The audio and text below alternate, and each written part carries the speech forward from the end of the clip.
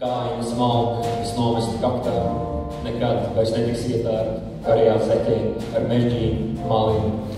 Tā bija dzejas un mūzikas performance mūsu dienu skaņu celiņš, kurā ir 4 dzejnieki un grupa Sigma.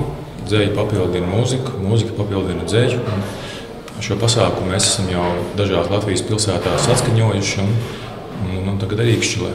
Mēs centāmies parādīt šo te noskaņu dažādību, ko var sniegt gan dzeja, gan mūzika.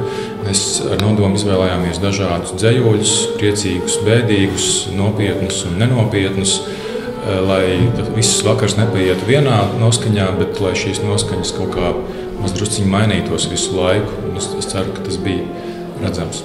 Uznāk rūsa dvēselēs, uznāk zaļa dārzi, uznāk laterniņas, uznāk cigarešu gala ugunskurs, uznāk draugi, nelaiž tev vaļā vienu skumtu. Uznāk rokām tādas lielas sāpes, ka vairs kapķi nespēja noglāstīt. Sveici, jūsu laimīgās māsas, kurām paveicies palikt spožiem stipriem.